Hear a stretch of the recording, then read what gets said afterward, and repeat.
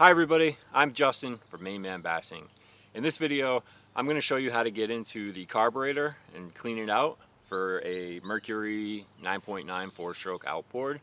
Although this video probably applies to most smaller units, the smaller horsepower outboards that have carburetors. And so what I'm going to do is I've already made a video of how to get into it, but really what I want to focus on today is just changing the main gasket, because it's made of rubber and it dries out. So I'm going to show you how to get into it, and I'll show you how to clean it, at least the edges of it, and then I'll show you how to replace the gasket. Alright, so I'm going to change camera angles and I'll show you how to take it apart. Alright, so before I go any further, I'm just going to mention, I'm not an expert. You're responsible for anything you do to your engine. You need to consult the owner's manual and a licensed mechanic who deals with your brands. This video is for modeling purposes only, demonstration purposes only. You need to be really careful here, okay? And again, I'm not an expert. I kind of know what I'm doing, but I'm not an expert. So here's your carburetor, your intake manifold. To get this out, you need to, there's two bolts right here. To get to the back one, you're going to need an extension, right? And you get back there. This is the throttle. You're going to unscrew. Okay, that's going to let this, you can pop it out up here. And slide that out. This clips. This is the choke. Just clip that out, be careful. Alright, it's plastic. You just set this out of the way for now. You're going to go in, you're going to unscrew these bolts right here from the intake. You need to be really careful doing this. This intake is, I don't know what it's made out of. It's like a soft metal though, and it gets really hot. So you just need to be careful. You don't want to put too much pressure on it. But we'll get in here. Take it out.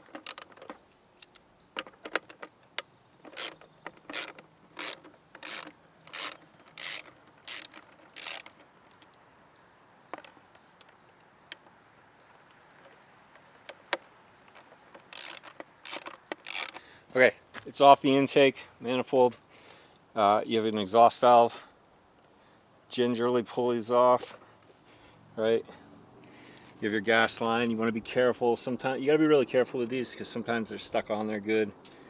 But you just don't want to use pliers, because this is rubber. You don't want to get a hole in those. All right, but you should be able to pull it off, pull the bolts out, watch the washers. Okay, you're going to have 3 gaskets right here. You got one touching the intake, then you got a plastic gasket, and then you got another paper gasket touching the carburetor.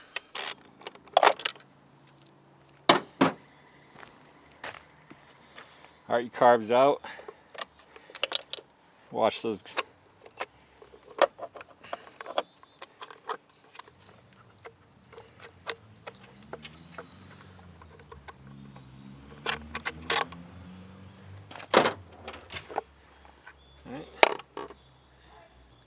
There's your carburetor. So now this splits in half. This is what I want to get into. So I'm gonna change angles and unscrew these. All right. Okay, we got your carb.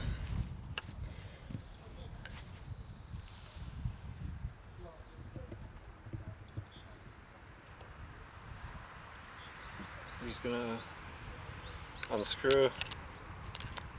That's why I put paper down. You see the gas leaking out. It's old gas. It's yellow. And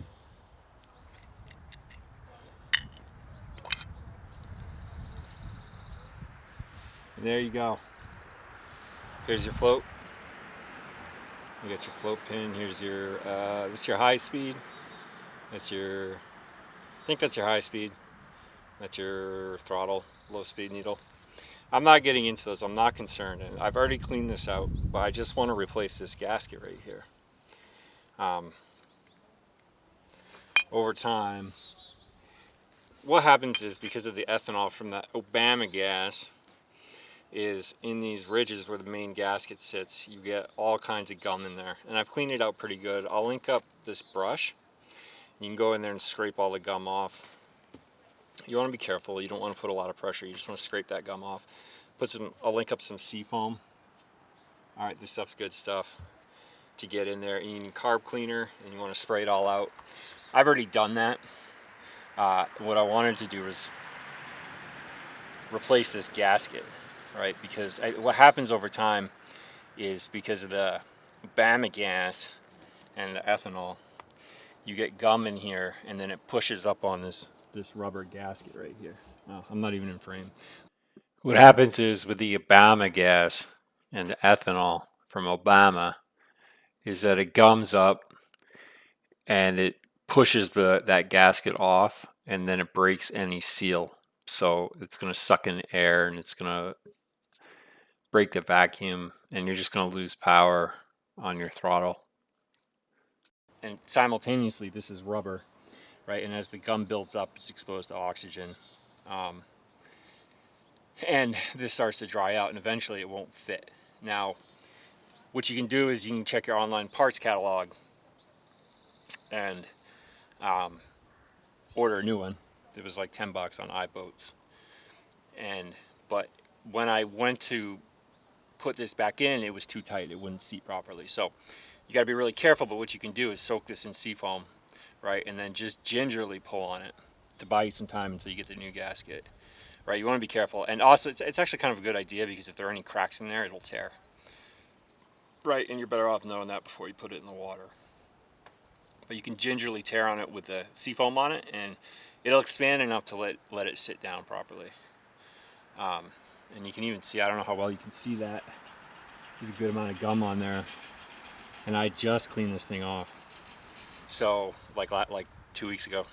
So, I have a new gasket. I'm gonna replace it. And like I said, I'll show a picture right here of what it was like when I initially did it, and you'll see all the gum that was on this shit. But I'm not gonna screw around with the float and the pin. I'll link up a video that I made where I went through and I took all this apart and I took the needles apart. But I'm not gonna do that in this video. I'm just gonna replace this main gasket. All right. So I got the gasket right here. It should. And this one's even more defined, right? This is the old one. This one's a little bit more defined about, there's a rounded curve and a flat curve. And I believe you want to put the rounded curve in so it sits in these grooves. But this just fits like a glove. This is just so perfect. The other one, and then see, yeah, you want the rounded end in because it'll sit in that groove, those grooves, and that'll sit in. That's beautiful, man. Like, I couldn't get it to do this before. It was because it was so tight. You want to snug it down so it sits properly. You got a bee around here.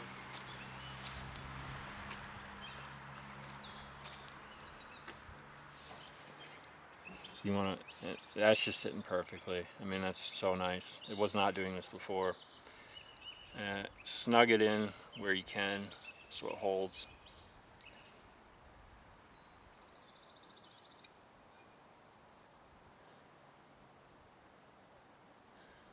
And again, I don't know if I got this in frame last time, but I just went in with a flathead gingerly and scraped it all off. I'll link this up. These are a little bit softer, and you can carve all that gum out. Just be careful. You don't want to scratch it. You could also use, to get the big stuff off, I just used this, but very gingerly, and I soaked it into seafoam. And then just keep cleaning it out with carb cleaner. And that should do the trick. You want it real clean. I mean, I'm not going to get into this. Like I said, I'll link up the other video, but this really wasn't an issue. And it's funny because online, that's all people talk about are the low speed and high speed needles, but they were fine.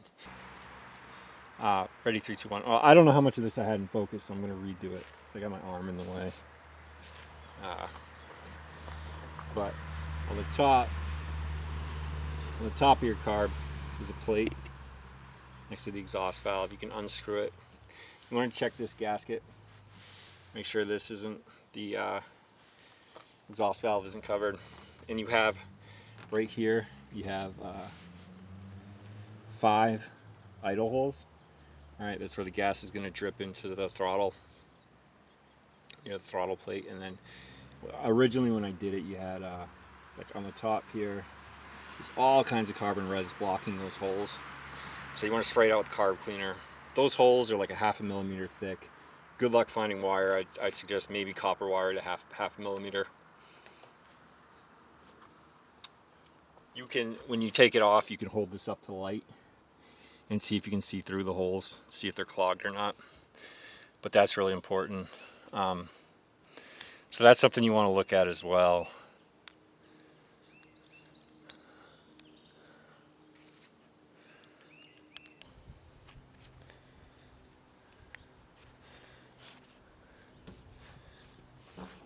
I'm just going to go back to this.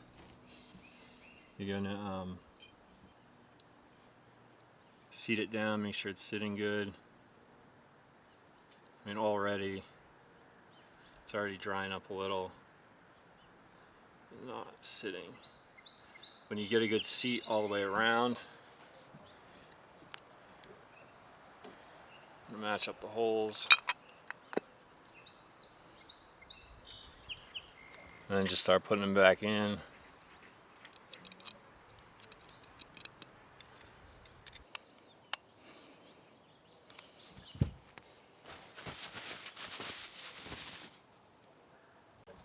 All right, we're gonna put the carb back in. Now there are, like I said earlier, there are 3 gaskets. I'm replacing all of them. And then there's one on the intake.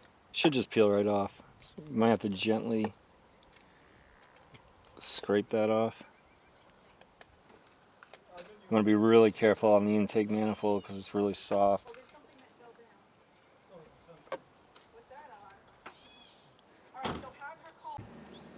Alright, and I forgot to mention on the end of this,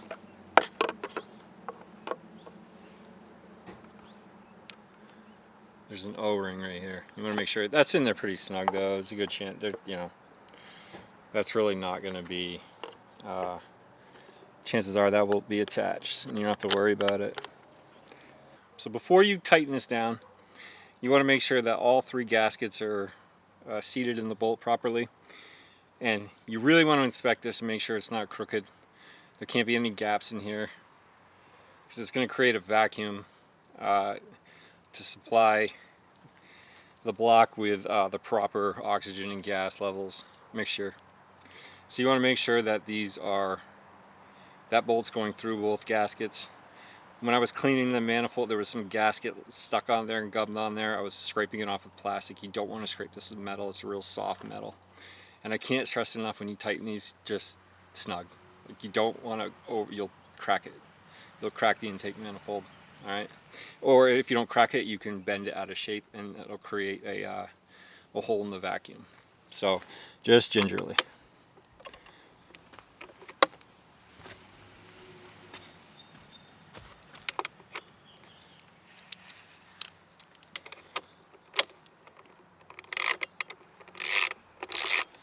This is in. Again, you want to inspect, make sure there's no seals.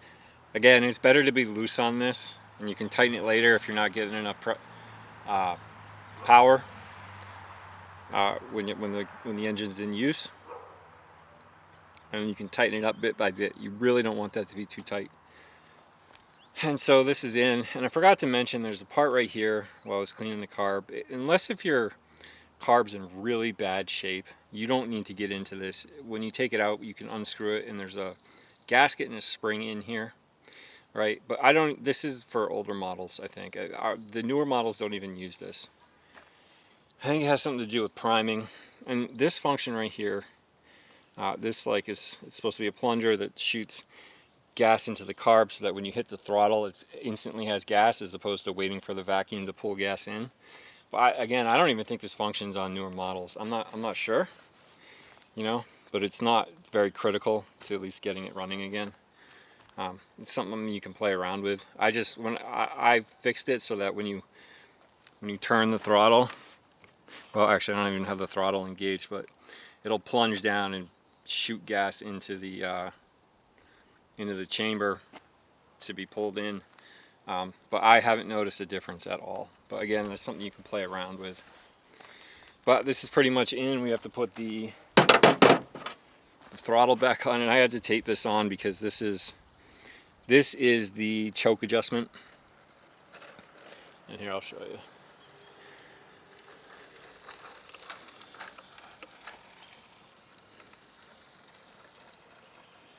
Oh, it's clips in the way, that's the problem.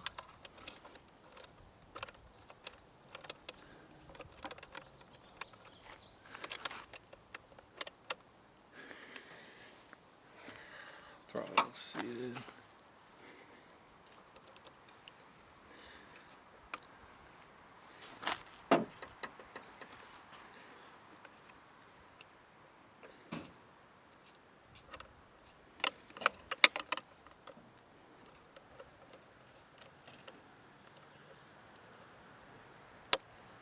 Okay, choke's in. So when you pull the choke, this little screw will pull the choke forward so you get more gas. And once you unscrew it, it kind of, there was like a little bit of a bond on there, and it doesn't really work, so I just taped it on to hold it in place. And then this pump, what I was talking about, when you put it in forward, see it plunges down and it shoots gas in. But again, I haven't really noticed a difference. So it's something you can play with. But there, that's on. Put the fuel line back. Put the exhaust back, and it'll be good. I'll start it up here in a second. Moment of truth here. I've done a lot today. I changed the lower unit oil.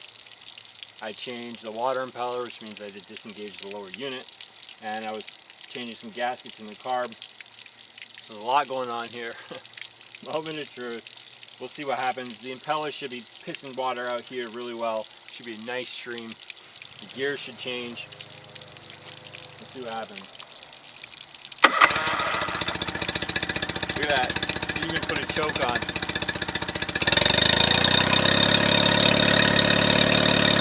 This is a nice healthy stream. Even when it's in neutral idling, it's pumping out water. It feels great. Gears change. Oh, it sounds great, man. Reverse.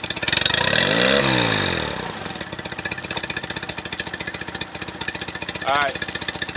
Ultimate test. Put the trim up.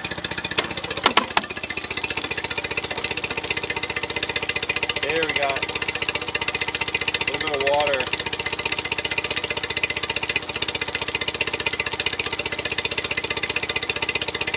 And still.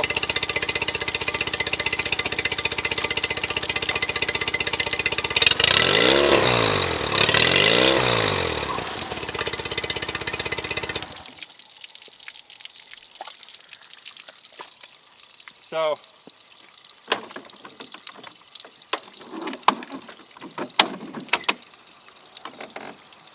in the end there, when I put the trim up, it wasn't quite spitting out water, but I think that's due to just that these earmuffs aren't the greatest. They don't really fit it that well, but when they were on and the trim was down, it was just, I haven't seen that much water exit in like 2-3 years, so I think it's all set. When I put the trim up, I was just making sure I wouldn't lose power and that the engine wouldn't cut off from gas, because I've been having, that's the issues I had last year. Seems to work fine. Gears shifted. When you're when you remove the lower unit and you're putting it back in, you gotta, I kept mine in neutral, and you should be able to, once you get it back on, you should be able to shift through all your gears. So you kind of just have to play with it. Just be careful. But if you can't get it in reverse after everything's on, you gotta go back there and play with that shift link rod and the nut on it. But everything's good now. I don't know, I'm super stoked I could put it in the water. But thanks for watching. I hope it helped. I hope it gave you a good perspective. And I hope you catch a real big bass soon. If you're into fishing, I'd love to have you as a sub. Hit that subscribe button. And I hope you have a great, safe 2021 fishing season. Thank you. Bye.